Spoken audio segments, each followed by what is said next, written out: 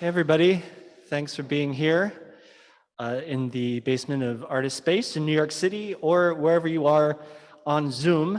As I said previously, my name is Lonely Christopher and I co-host the Segue reading series with my partner Ven Daniel, who is unfortunately unable to join us tonight as they're in hospital at the moment. But I have the great pleasure of introducing the reader that Ven curated for tonight, who is Lyric Hunter. Lyric Hunter's poetry and prose can be found online at Tagwerk, Counter, Cordella, and Organism for Poetic Research. She is the author of 2 chapbooks, Motherwort, which came out from Guillotine in 2017, and Swallower from Ugly Duckling Press, 2014. As well as an essay called The Only Thing You Have, which is included in an anthology entitled More City Than Water, a Houston Flood Atlas, forthcoming from University of Texas Press. She earned her MFA in creative writing from Pratt Institute and lives in Brooklyn, where she has just enrolled in the Masters of Archives and Public History program at NYU. Please join me in welcoming Lyric Hunter to the stage.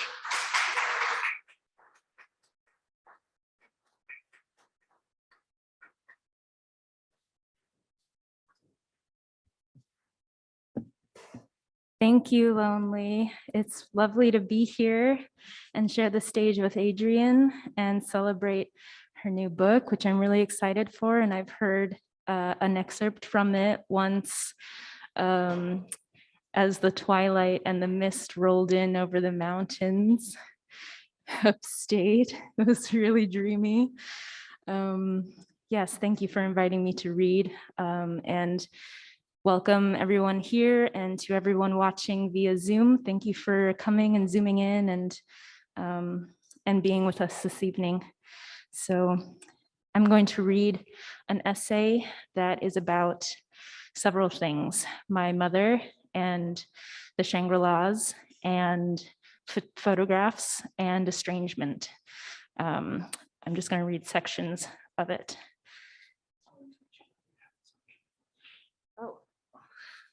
Okay, thank you. Okay, so can everybody hear me? Okay, take it off. Okay. Can you hear me now?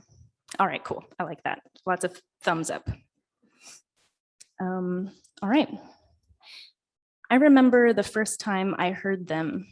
I was with my mother on one of our last nights in the apartment on Grand Avenue. She told me they were her favorite group growing up. We listened to Remember Walking in the Sand. Their sound was rough, softened drums, pleading strings, and harmonized vocals echoing as if recorded in a tin can, but it drew me in. The girls' harmonies clamor for space amid the sound effects, their vowels and consonants stretched out by strong Queen's inflections. The Shangri-Las combined elements of the looks of both girl and boy groups. Their matching outfits provided the cohesive image that was common to both, but instead of empire waist dresses like the Supremes, the Weisses and the Gansers wore tight pants, button-up shirts, vests, and turtlenecks. With this studio-designed image possibly inspired by the girls' real-life origins in working-class neighborhoods in a big city, reinforced by lyrics in their songs and the dialogue exchanges that frame them, the implication was that they were tough girls who hung out on the streets with bad boys. Many of the group's songs fell into the musical subcategory of teenage tragedy songs, in which singers lamented the deaths of their lovers or friends in motorcycle and car accidents, painting lurid pictures of tragic teen death. Girl groups sometimes also sang about non-lethal tragedies like conflicts between star-crossed lovers and their parents. But sometimes those ended in the deaths of teenagers too, as in the Shangri-Las song, Give Us Your Blessings. Give Us Your Blessing, excuse me. The next day they found them, Mary and Jimmy were dead, and as their folks knelt beside them in the rain, they couldn't help but hear the last words that Mary and Jimmy had said. Give us your blessing, please don't make us run away. Give us your blessing, say you'll be there on our wedding day. Sometimes it wasn't the lovers who died in the familial rifts caused by the star-crossed lovers that populated teen tragedies. Sometimes it was the parents. The same year the Shangri-Las split up was the year my mother's father died. She was 17. She didn't talk about him very much except once. I was living in Paris in 2014 and she visited me that spring. We fought every day that week, screaming, rageful fights that stoked shame. The days were growing warm and our hard-edged English, flecked with obscenities, must have echoed all over the courtyard for every neighbor to hear and parse the way they might glean an American film for vocabulary and grammatical structure they remembered from lycée. And when she snapped at me in the Louvre, I was mortified in a different way because everyone around us understood every word we said. During the quiet moments, she talked about him. We had a glass of wine at a cafe in the Place de la Bastille, and she told me things I'd never heard before as we watched cars and motorbikes hurtle around the traffic circle and twilight fell slowly around us. She told me that he was a cruel drunk, that she would have to drag him across the lawn and into the house after he passed out in the shrubs, that he beat her for not cleaning the house the way he liked, that he died in the hospital full of morphine, struggling to breathe. I cannot remember ever having seen a photograph of him. She said he had blue eyes and black hair. She didn't seem particularly interested in telling me more than that. She is haunted by her mother most, dreams about her in black and white, like photographs. Talked about her as if her mother never spoke, described her as quiet, silently suffering. Later, my father remembered to me the way my mother was with her mother, the way he thought it was just how Northerners talked, yelling, clipping their consonants venomously, cutting one another down with words. Was it that she misremembered her mother? Or was it that they yelled and screamed and cried, but never spoke? Was it that they fought, but never had a conversation? I remember the photographs that I held in my hands.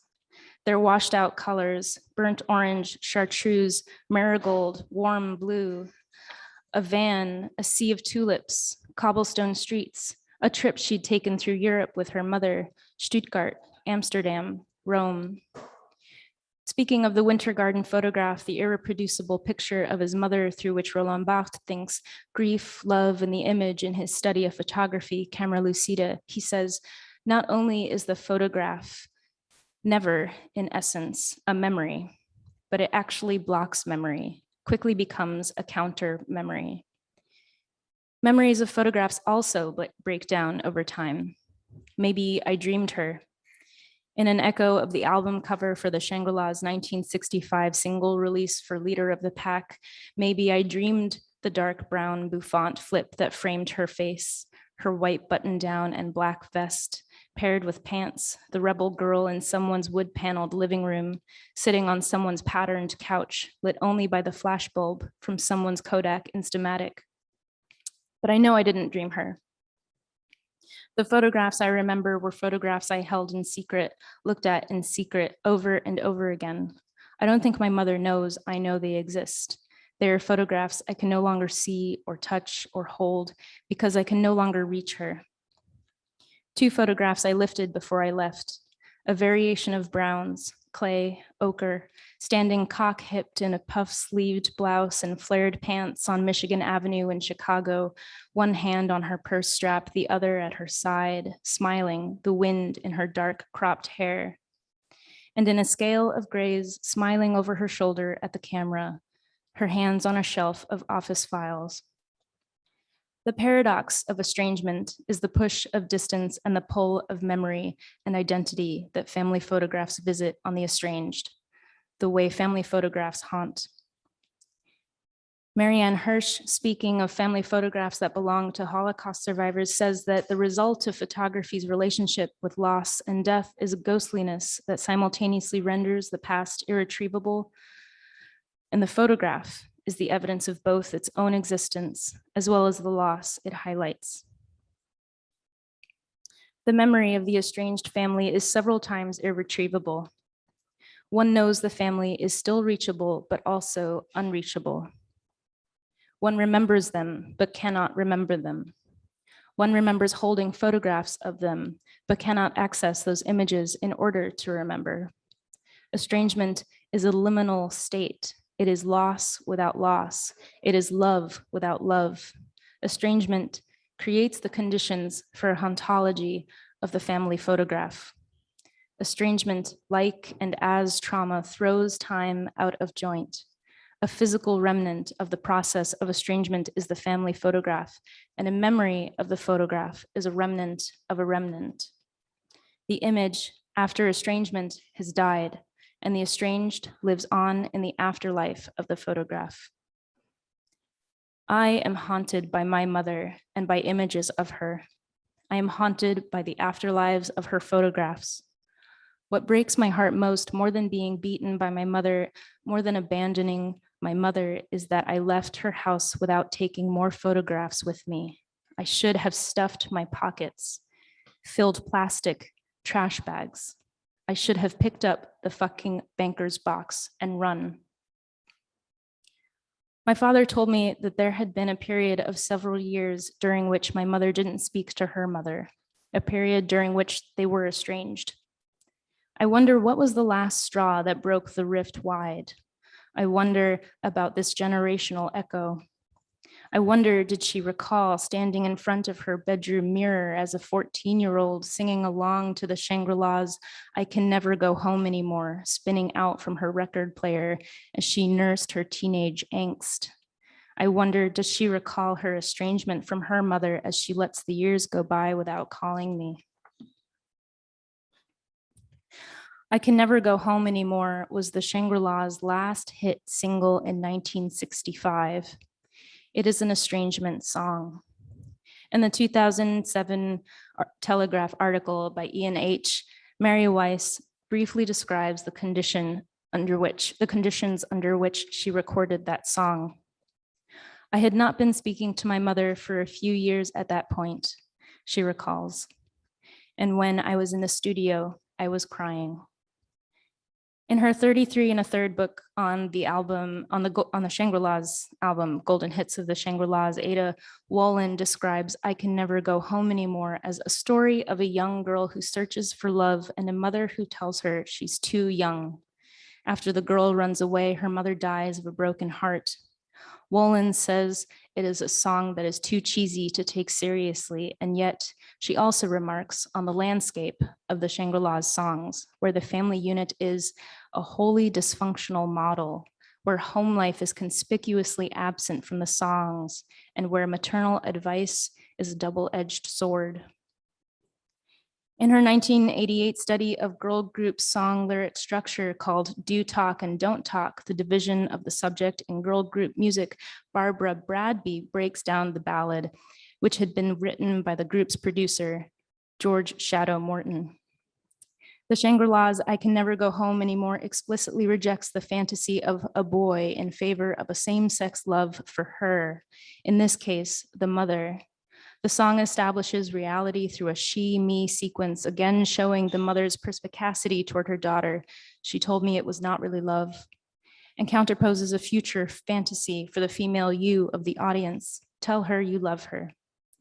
This future fantasy is a worst-case scenario, a warning against estrangement.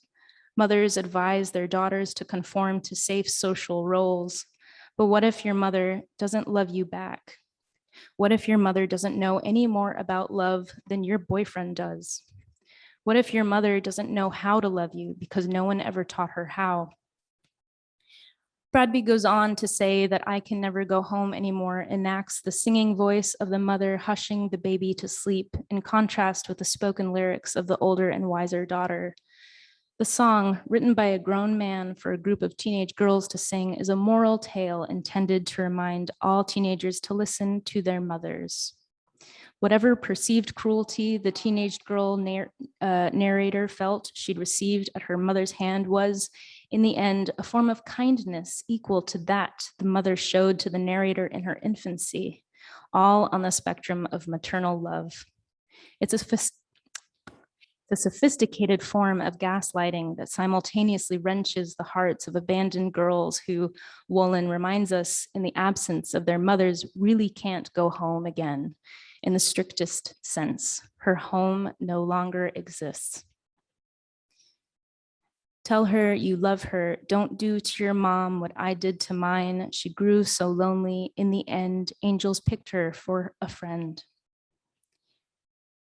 In You Can Never Go Home Anymore, my mother and I meet again. She is the girl who left her mother, and I am the girl who left mine. In our estrangement, we are the abandoned girls, and all we have of each other are photographs and memories of photographs. We have our black and white dreams and albums that broke through to us as melancholy teenagers, our stories like the songs of the Shangri-Las, unresolved. The Weisses and the Gansers wailed dirges for the leaders of the pack, rendered perfect in death, and cried out with hormone-fueled chaos energy and sophisticated boom boom. Their voices come together, threatening to blow out speakers. Girls are feral things filled with rage, sorrow, and song. Thank you.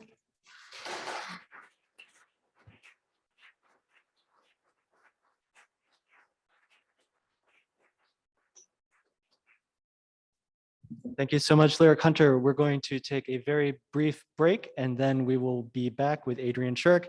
I just want to remind those who are joining us digitally that the $5 ticket price still adheres, and there will be a thing on the screen to show you where you could make that payment to Segue. It goes directly to the readers, and we'll see you in a couple minutes.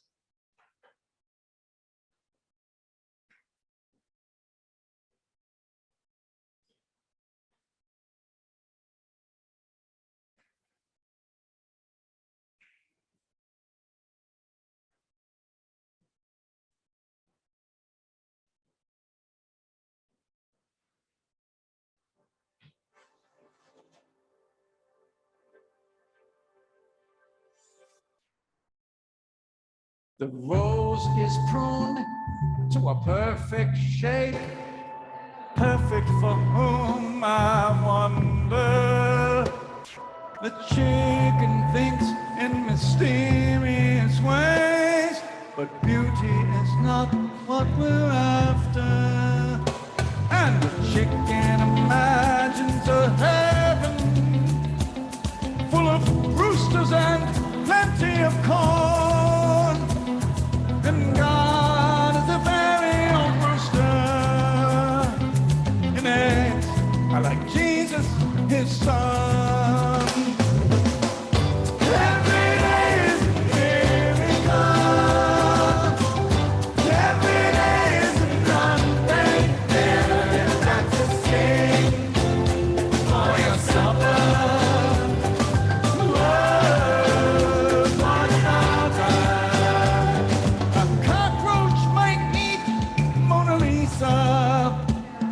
The Pope don't mean shit to a dog. And elephants don't read newspapers. And the kiss of a chicken is hot. The brain of a chicken and the dick of a donkey. A pig in a blanket. And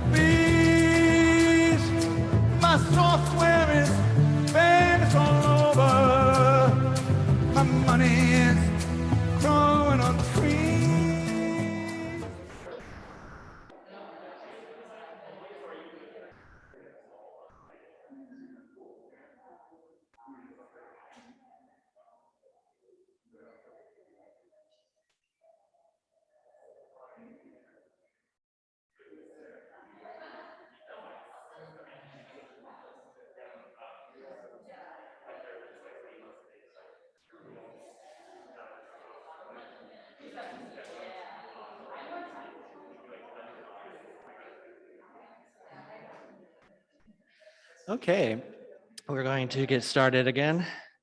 This is like a mini Pratt reunion. I'm Pratt, you're Pratt, the person manning the door is Pratt. Because Ven is unwell, they were unable to write an introduction for Lyric Hunter. We apologize for that. So the disparity is due to that. I wrote a rather lengthy introduction for you, Adrian, so here we go. When Adrian Shirk was an undergraduate student at the Pratt Institute, she started a society. I know this because I was a classmate, roommate, and member of the club. We lived in a newly gentrifying building in Bed-Stuy, Brooklyn, that we called the Gates platform, where now reside upwardly mobile professionals making our current salaries many times over, paying our paltry old rents many, many times over. Back then, we were a bunch of scrappy, loud, unfortunately mostly white, art school kids, torturing the rightful neighbors with endless parties and the clacking of manual typewriters. Eventually, the landlord moved us into the basement, which was very right of him to do. The poets who lived at the Gates platform held a raucous, all-night literary salon every other week, loosely modeled off the atelier of Gertrude Stein with 40s of Ballantine replacing tawny port and absent a few Brocks. We also started an independent press that published poetry chapbooks and 3 issues of a literary journal. We roughly organized our activity under the rubric of the name, the Corresponding Society, the loftiness of which indicts the hubris of youth, although as adults we can admire the seriousness with which we dedicated ourselves to the task of remaking the world starting in our own bedrooms. In Shirk's case, the themes that she cultivated as a student have become her primary focus as a professional journalist, memoirist, essayist, political scientist, and theologian.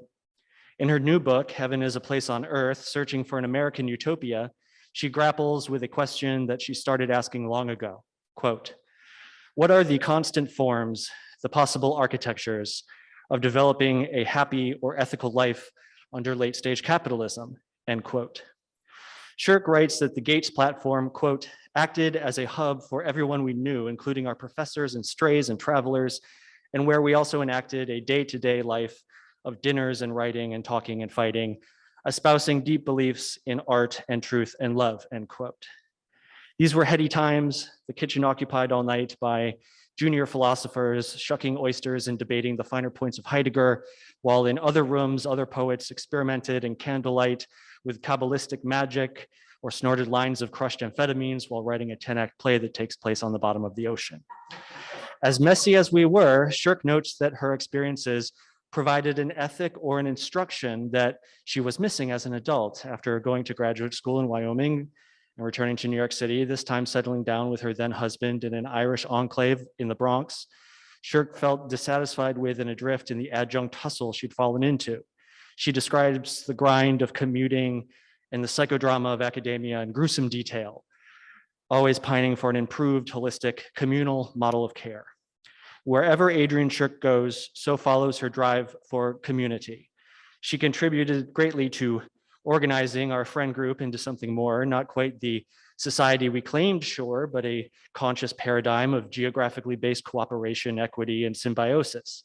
Much of that was made possible by predatory loans we're still paying off. Shirk asks, quote, what kinds of relationships with your kids, spouse, neighbors, workmates would be possible that otherwise aren't in a culture built on individualized or atomized survival? What kinds of daily feelings might you experience, weightless of stress, pressure, performance, time, end quote.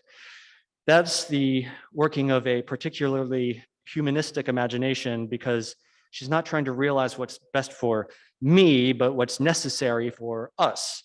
Imagination is so important to this process because if you can't dream it, you can't understand it, you can't realize it. Another world is possible, as the slogan runs.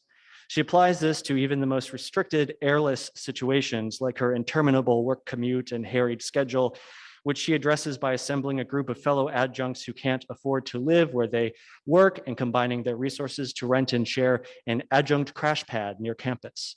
Of course, the ultimate goal would be a complete reform of the financially exploitative private university system to fix issues systemically, but Shirk is capable of the more intimate maneuvering that happens at an interpersonal level. Heaven is a Place on Earth is a work of creative nonfiction that sees the author using her own perspective and experiences as an entrance into the history of American utopic communities. It develops on the work of her previous book, And Your Daughters Shall Prophesy, Stories from the Byways of American Women and Religion, which explored feminist spiritualism. Shirk is a radical thinker who also seemingly identifies as an evangelical Protestant, and she quickly proves wrong my assumption that those are oxymoronic states of being. I don't know, you talked about evangelical stuff in the book. You can correct me, I'm sorry. Shirk investigates the tension between the revolutionary progressivism of Jesus Christ and the murderous oppression of organized religion, particularly Christianity in this country, particularly Protestantism. Being an intelligent Christian is no less a hypocrisy than being an ethical American, although Shirk fully acknowledges it's a thorny path she treads in search of a sustainable model for communal existence. She shows us how a church can be a platform for racial justice and relates the formation and operation of a church to that of a commune.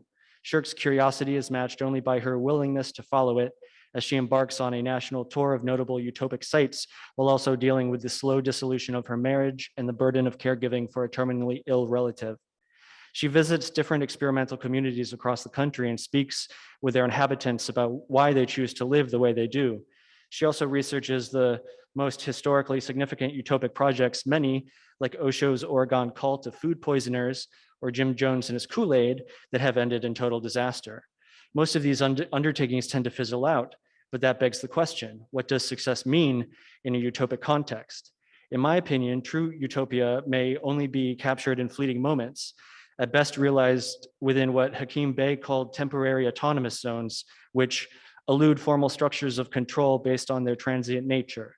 A permanent utopia, as the Christian heaven is imagined to be by many, is impossible and perhaps even undesirable. This was not a simple intellectual exercise or research project for Shirk. She was also cultivating her own praxis based on what she was learning and unlearning. I say unlearning because you can't do this kind of work as a white person without interrogating your own prejudices and privileges. This is one of the book's most important threads, with Shirk really putting in the work as a white Christian to recognize that the utopic visions that drove fanatics like Joseph Smith were based on the same white supremacist violence that built the rest of this country. Utopianism should counteract racist violence, not reinforce it. But Shirk explores the creepy demographics of these subcultures and finds them unnervingly pale.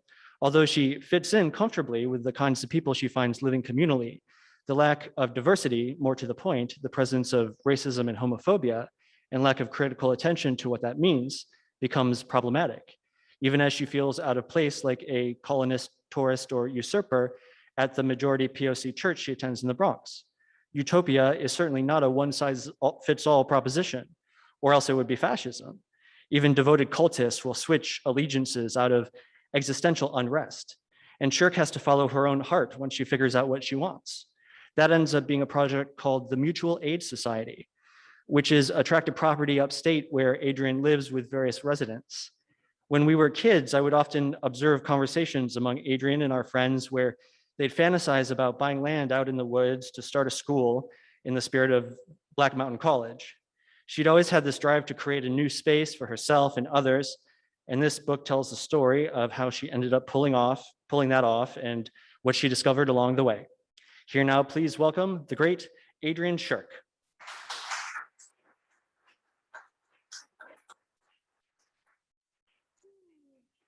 Thank you, Lonely.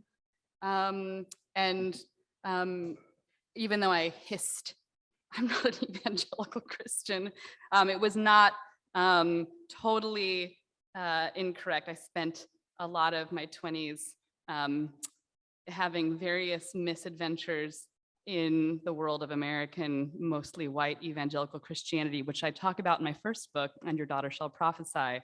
So you were totally in the right to say that, but I just want to make that clear that this is not an evangelical Christian reading to you from this pulpit. And the reason that I want that to be clear is because I do talk a lot about Jesus in this chapter, but I want that to have some proper framing. And so I'm going to actually read from Heaven is a Place on Earth. This is a prototype. This is the advanced reader copy of a book that comes out in February.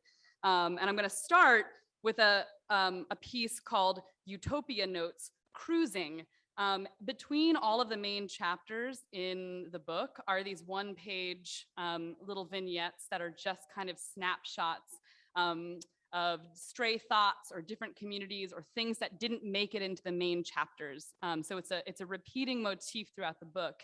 And so when you start this book, the very first page that you enter into is a Utopia note. Utopia notes, cruising. Amber, Laura, and I are driving through the back roads just outside of Nashville, away from Percy Priest Lake, singing along to Belinda Carlisle's 1987 ballad, Heaven is a Place on Earth. We're steaming in our damp swimsuits from the heat. Yellow poplars and crepe myrtles and sugar maples rush by the windows on the winding road to Amber's house. The chorus mounts to its third and final iteration through the car's speakers. Laura, sitting shotgun, speaks back to the song.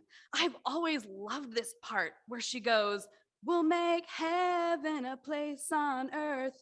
Heaven is a place on earth. Like, that was fast, Belinda. Laura and I have flown down from New York City for a weekend-length writing retreat in Amber's living room.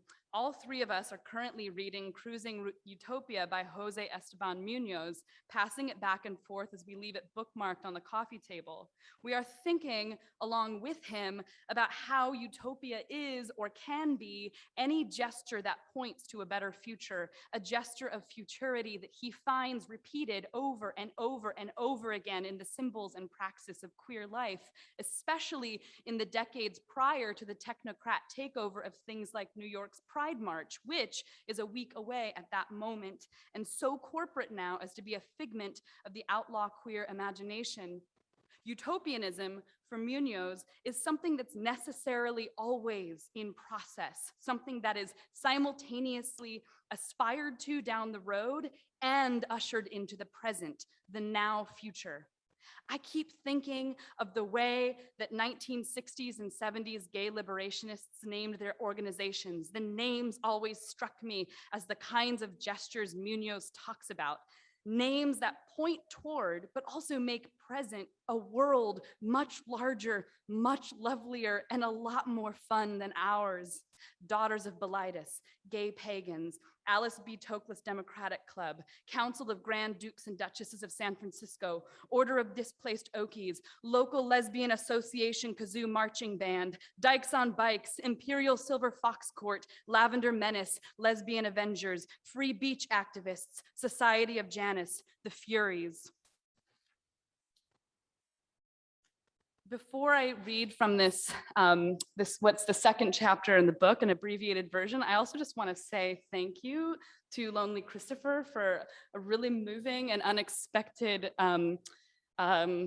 introduction and for creating this the situation for Lyric and I to be able to share our work with you tonight, for Artist Space and for the Segue series, and to Ven who can't be here tonight. And I also want to just mention that it's very, very special to share this stage with Lyric tonight, who she mentioned almost a year ago, we were sitting on a dock in the Catskills, and it was maybe the first time we'd really hung out, and we were sharing writing, and it was writing from things I think that we're working on now at a different stage, you know, many, many months later. And so it's really special to be here with you and chosen by someone else. So I'm very, very honored. This chapter essay is called Utopia the Bronx, and I just realized that Claude Copeland's here, who helped me write some of this as a part of a sermon. I'm not an evangelical. Wow. Utopia the Bronx.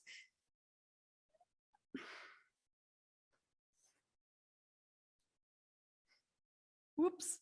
Okay, in the summer of 2015, I was 26 years old and I had just moved to the border of the Bronx and Yonkers. My husband, Sweeney, was entering his second year of a PhD program in theology at Fordham, and we had left Brooklyn so he could be closer to campus. I had been reluctant to relocate, separated from work and friends, so that my life was about to become a continuous march of arduous commuting, but we decided it would only be for a year. We were living on a combination of his graduate assistant stipend and my income from freelance writing and adjuncting. Our new apartment was the spacious garret of a 2-family row house in Woodlawn Heights, a neighborhood made up of undocumented Irish nationals separated by the Bronx River and its attendant parkway from the Caribbean neighborhood of Wakefield. My father-in-law, who was born in this Irish diaspora of Woodlawn, was running a small law office in North White Plains, and by December, he would suffer several strokes in his frontal cortex, which would place him in a 3-month coma that would change all of our lives forever. At the time, I was in the habit of taking the 2 train back and forth between the Bronx and Brooklyn for work. It is the longest and slowest route of the whole MTA system, running so excruciatingly local through the Bronx that on some late nights, headed toward the end of the line, it feels like the conductor is fucking with you. 176th Street, 180th, 184th.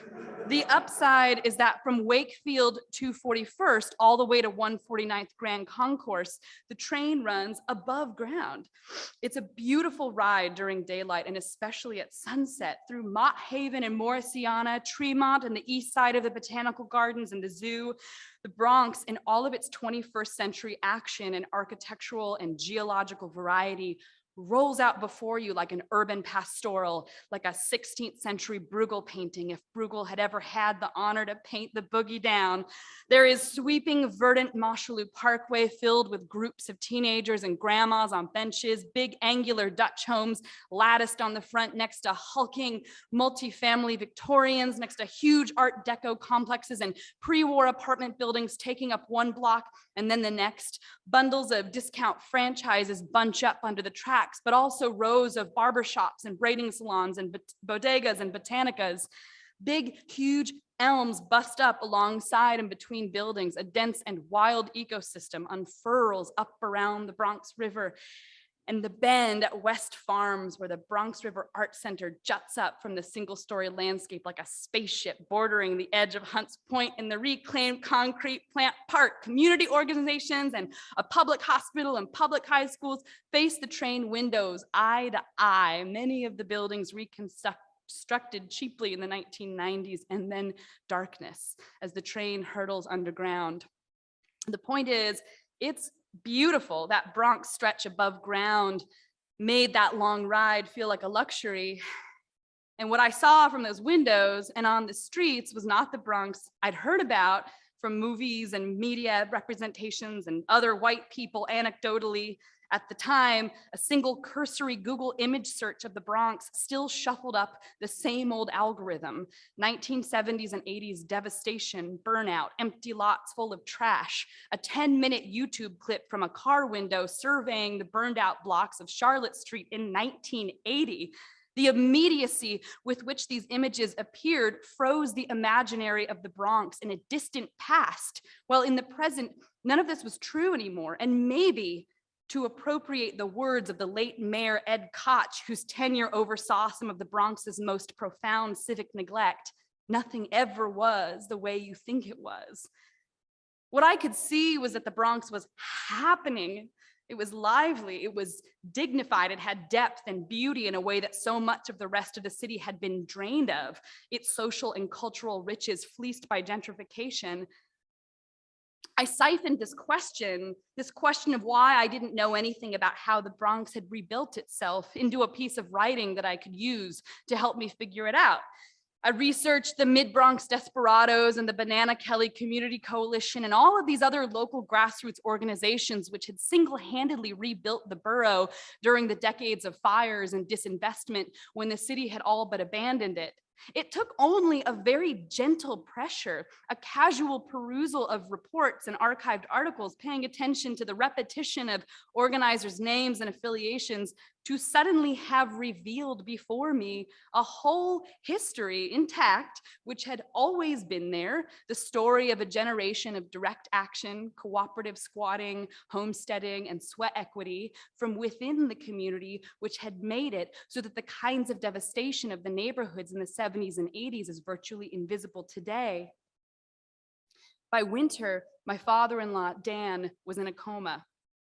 And thus, in the last years of Dan's 50s and the last years of our 20s, Sweeney and I became his de facto caretakers. In the immediate aftermath of the strokes, for 3 months, we spent every night in the Westchester Medical Center pressuring doctors for additional tests, awaiting surgery outcomes, crying and drinking bourbon in waiting rooms, arguing with neurologists, consulting palliative care specialists, and crowding around Dan in his semi-vegetative state while we gulped down 16-ounce cups of burnt coffee, telling him every single story he had ever told us in a nearly psychotic bit of belief that he could hear and understand what we were saying. There were many nights I spent alone at the hospital with Dan when Sweeney was teaching. I'd sit at his bedside under the greenish glare of the hospital lamps. I'd read him books and bits of articles from a recent New Yorker while he blinked his watery eyes at me. Sometimes he'd hold up his hand indicating for me to stop. He would then drift in and out. I'd play songs that he liked from his phone, Jethro Tull and the Hollies and the Grateful Dead, but eventually he'd squint and turn away. I'd tell him about what I'd been up to and stories about himself, about my early encounters with him. We had known each other since I was 19 when Sweeney and I met. Sometimes he'd smile at the appropriate moments in these stories, and other times he would just fix on me with that blank, wet stare, and I wouldn't be sure if he had registered any of it. Dan and Sweeney's mother had divorced several years earlier, so almost immediately, Sweeney, the eldest of his 3 siblings, became Dan's legal healthcare proxy. He ultimately had to be put in charge of interpreting what ended up being an incredibly vague advance directive, making decisions about intubation, life support, and a heart valve transplant while Dan remained in physical and verbal apraxia, all of which the extended family was largely in disagreement about. Sweeney had to act decisively and keep his face drawn and mute and calm, everyone looking to him for assurance or authority, though he was, of course, making it up as he went and losing his shit every other night on the privacy of our balcony or his mom's back deck. Then, one day, Dan wrote his name on a whiteboard we got from the dollar store. The neurologist asked him what his name was, and in quivering script with his left hand, he wrote Daniel Sweeney.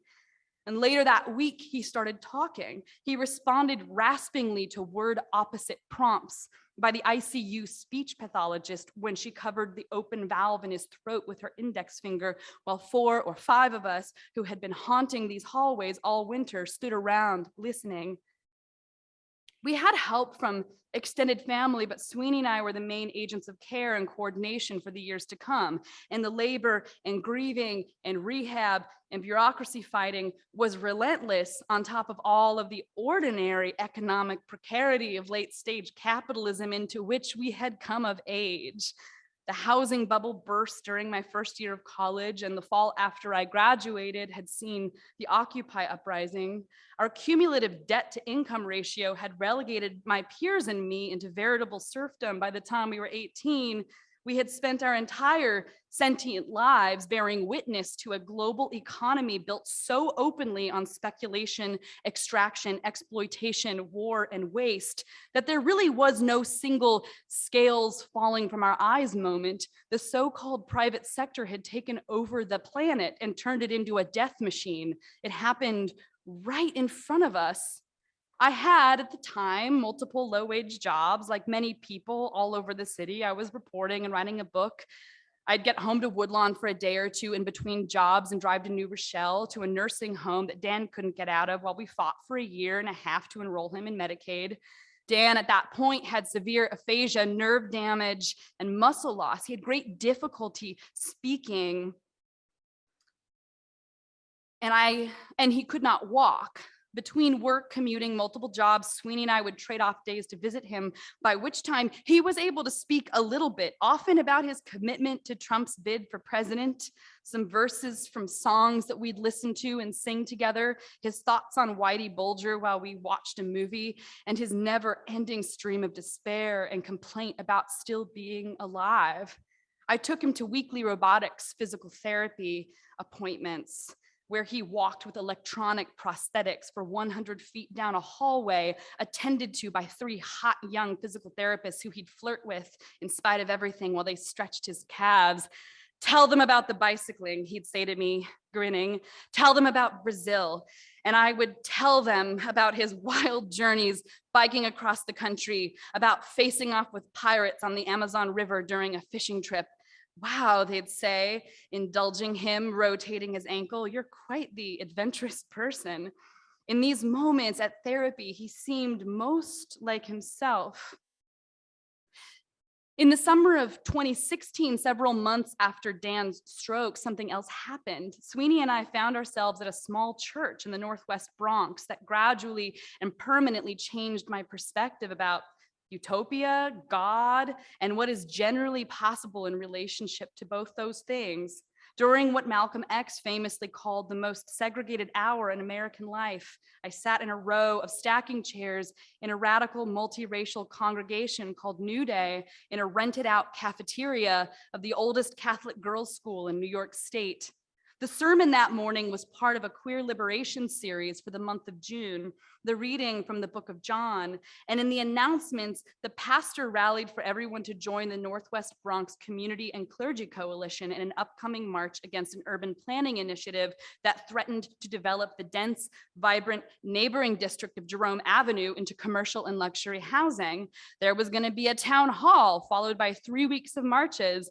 And I wondered at that moment about the connection, which was as fast and translucent as fishing line, between the presence of my white body in the Bronx and these particular attempts at gentrification.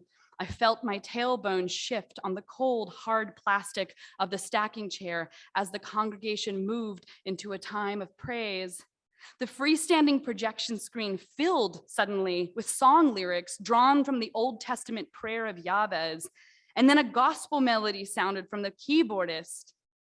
Enlarge my territory, everyone sang in unison. Enlarge my territory. People began to rise from their chairs. Enlarge my territory. Some had their hands in the air. Enlarge my territory. Everyone was standing now, black, white, brown, queer, straight, trans, cis, documented and undocumented. I felt a deep, sharp shiver run through me to the floor as I stood too, already wondering whether I had the right to join in. Even though Jabez was using the metaphor of property, and even though I had previously associated this line of scripture with the prosperity gospel, I could feel us all communally in that moment reinterpreting what it meant. No one in this room meant private ownership when they said, enlarge my territory. Rather, everyone was looking toward a much more expansive idea of the divine commonwealth. The variety of voices and people present at New Day was markedly different from these other churches I had been through in my adult life, not to mention the fierceness with which the Gospel of John was drawn into the movement of queer liberation, not through qualifying, nor skimming, nor tossing out words, but as a radical act of taking back interpretive authority over a text that had previously been weaponized against the queer people who were now finding in it instead the story of their freedom. It was clear to me that the people gathered there had made this church and not the other way around. And while it wasn't a commune or a movement, the gathering there at New Day did seem connected to a continuous subterranean American tradition of building utopia, literally meaning no place, one that, according to the laws of capital and conquest, should not even be able to exist. Though the particular history, Sweeney and I continued to show up every Sunday, and I learned slowly that seated in those stacking chairs were many of the same people who were a direct part of the Bronx rebuilding legacy I had been writing about a year earlier, who were members of these grassroots organizations who had put sweat equity into their buildings and neighborhoods, who had done these extraordinary decades-long projects to stay and rebuild the Bronx through the 70s, 80s, and 90s, and now, and more recently, who had been major organizers in things like the Occupy Wall Street uprising, and who were now singing, among other things, in 4-part harmony, "Enlarge My Territory." Though the particular history of the Bronx was just unfurling for me then, I had been long drawn into the geography and palimpsest of New York City in general, and the ways that it wears and survives its ravages. In college, while I was living in and gentrifying Bed-Stuy, I wrote a sprawling collection of ghost stories about the Brooklyn neighborhoods that were decimated by the mid-20th century construction of the BQE under the 40-year reign of Parks Commissioner cum city planner Robert Moses, who had also, in his own words, taken a meat axe to the Bronx, primarily by blasting multiple highways through its formerly tight-knit communities. Each of my short stories took place in a different decade in Red Hook, Bay Ridge, Sunset Park, Bed-Stuy, the Navy Yards, Coney Island, Jones Beach. While I wrote these stories, I was living in an apartment building or otherwise on the same block with a bunch of my best friends. I was attending Pratt Institute and feeling very firmly within a family unit. Our rent was funded largely by student loans and some part-time jobs, but over time, those loans artificially inflated the economy of the neighborhood. And so as I fancied myself a historical chronicler, a time traveler through fiction, exploring the physical decimation of these neighborhoods, I was myself decimator. I understood this to some extent, but the intensity of the irony was lost on me. Still, when I think about that project now, I can see more clearly why I found those histories so compelling, in the way that looking back at a body of work reveals over and over again that you have always only been thinking about the same thing. The whole project of urban renewal, which is what the BQE came out of, was a kind of fascist thought, a purified, sanitized vision of the future, masquerading as a sincerely hoped for utopian infrastructure where human life could be engineered and controlled by a strong man with a bird's eye view. Fascist visions of paradise erase texture, layer, history so that we exist only in a simple unified present. Its method is to create fictions of purity and continuity, which serve to exclude most people, to prevent criticism and complexity, so that those who belong or feel belonging will yield to becoming part of the machine because it appears to benefit them. In her book, Re-Enchanting the World, Sylvia Federici, paraphrasing the native scholar Paula Gunn Allen, presses that, quote, "Loss of memory is the root of oppression, for obliviousness to the past renders meaningless the world in which we move, strips the spaces in which we live of any significance, as we forget at what cost we tread the ground we walk upon, and whose histories are inscribed in the stones, fields, and buildings that surround us." The Bronx itself is built upon the lives and villages and deep ancient heaps of oyster shells of the Pequot, Lenape, and Siwanoy nations.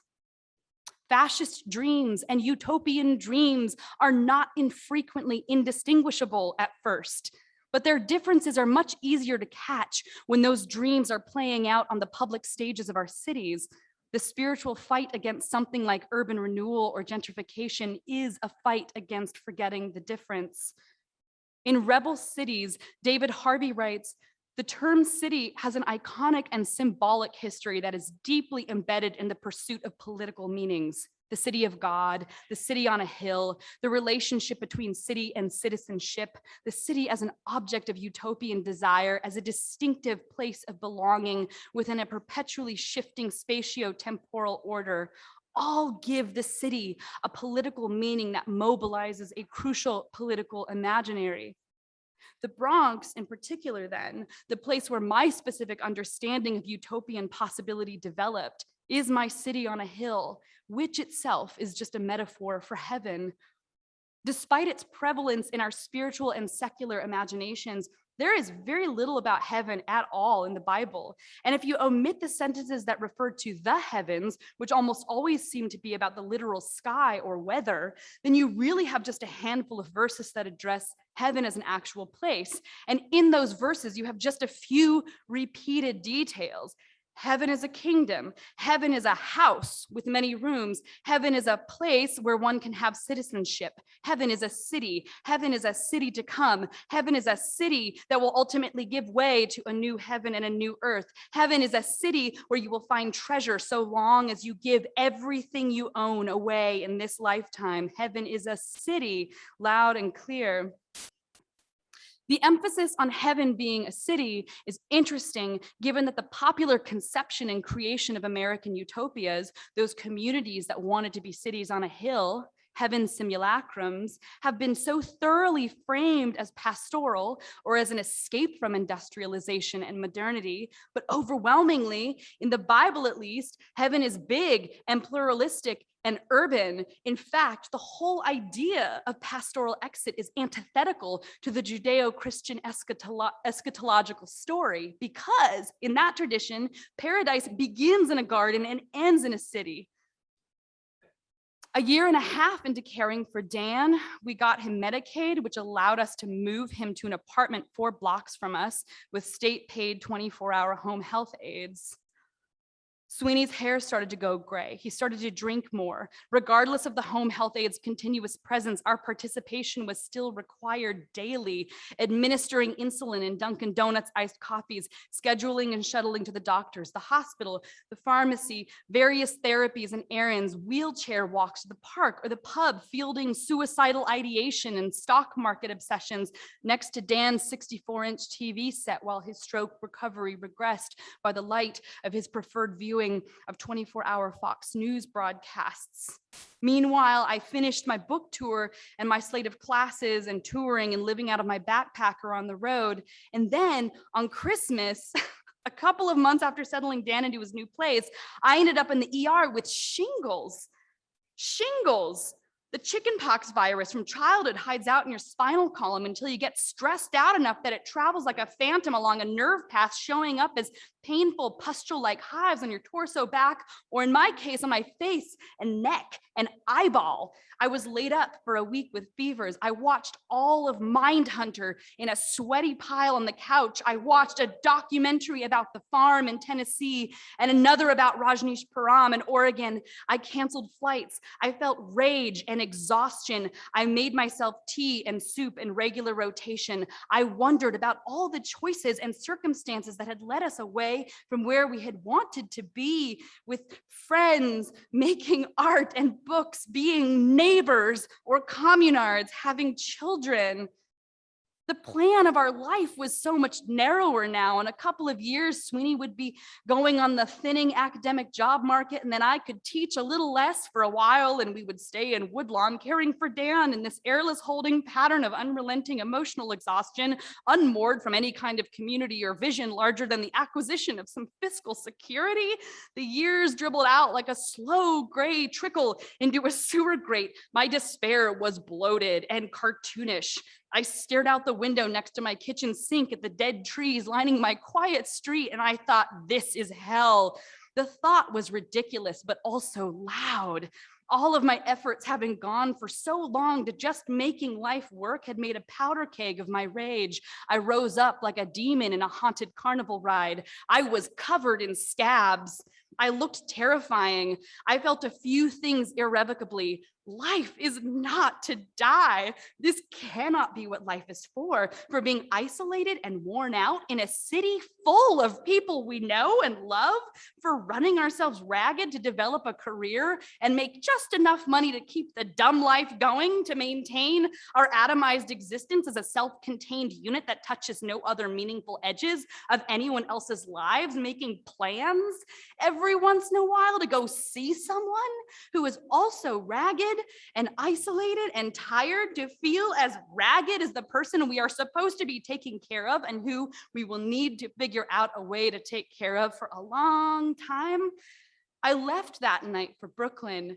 I sat in my friend Lena's apartment in Clinton Hill, a couple blocks from where we had all gone to college and where I now worked part-time, curled up on her couch during the largest snowstorm of the decade. She had spent half the year on porn sets in the San Fernando Valley producing a podcast about the economic ripple effect from the rise of free streaming.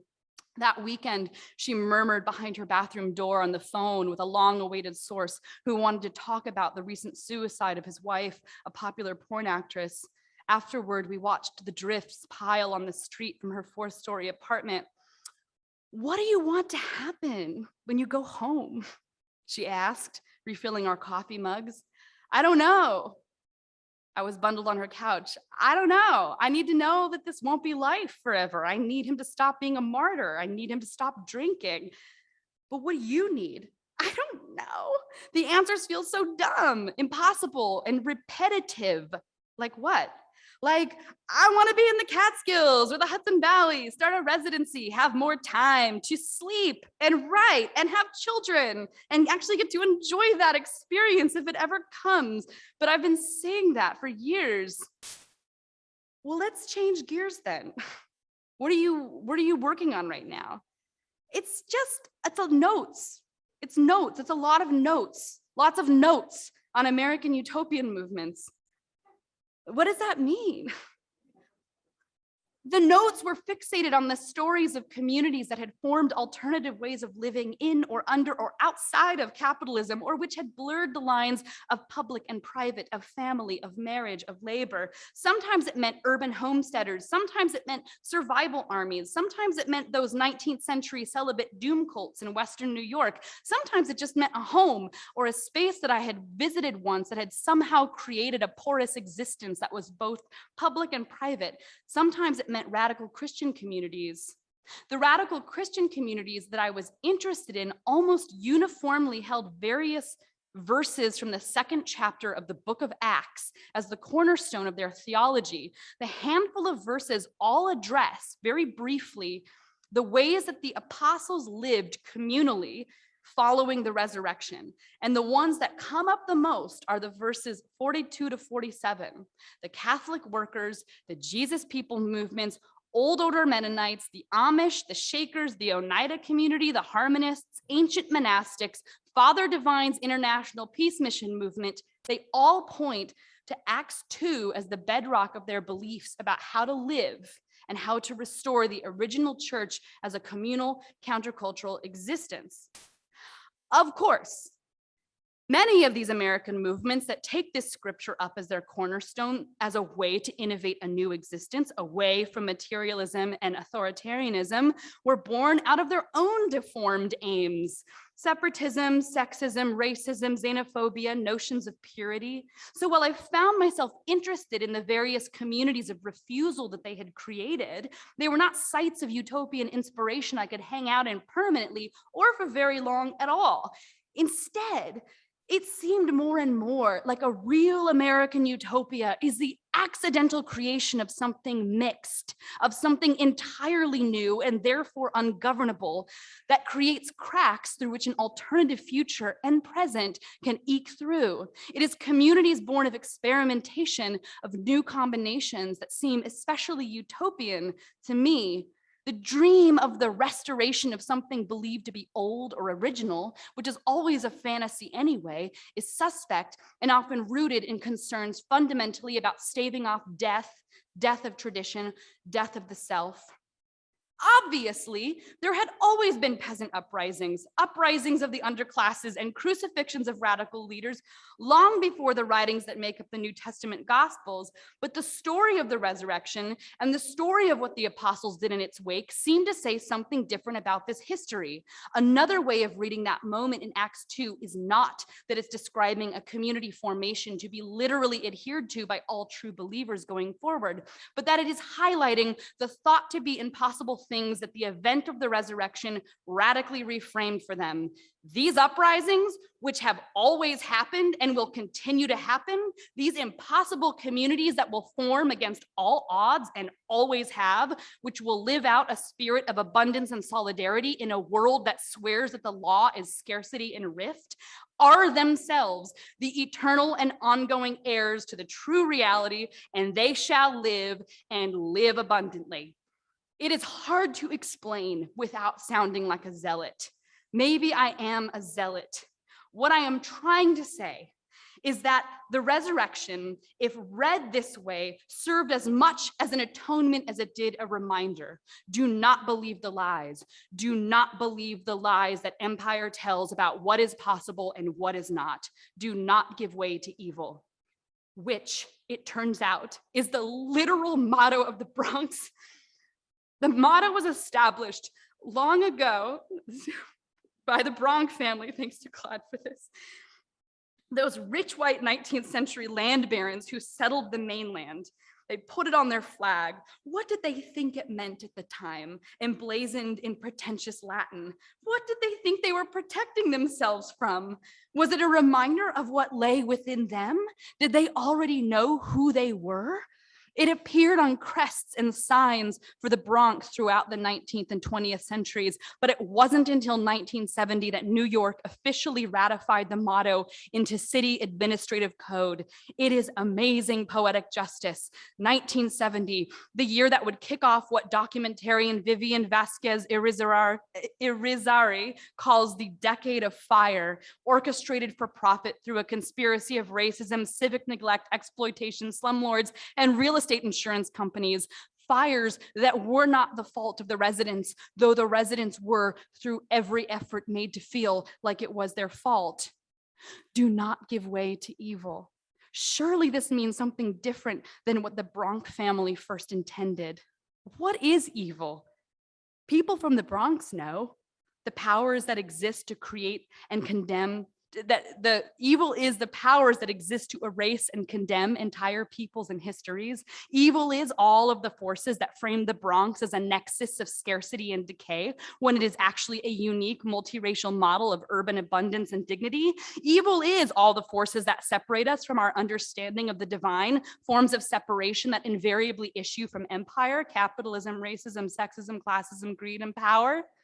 Evil is the false stories told about what is possible and what is not. And it is this kind of knowledge that positions the Bronx to be a teacher of utopian strategy just as much as the usual suspects of American utopian history do. Is an American utopia possible then? Is it even worthy of consideration? When we think about the kinds of shit we are commonly told is possible, the question becomes less absurd. For instance, that which supports the status quo is always possible. There's always money to build a wall, but forgiving student loans is somehow impossible. There's money to bail out banks, but not mortgages. There's money to fund wars, but not universal health care. There are endless ways to expand the for-profit prison system, but the question of abolition is ridiculous. There's always time and energy to engage in long drawn-out evictions of families from their homes on Jerome Avenue to make room for luxury units, but scarce resources to make sure that housing is available to everyone. In fact, when we think about what is treated as possible under capitalism, it seems that invariably evil is possible. If that is our option under the current paradigm, then why not become utopian dreamers? Why not insist on the dream? Be like the Bronx, do not give way to evil. Thank you.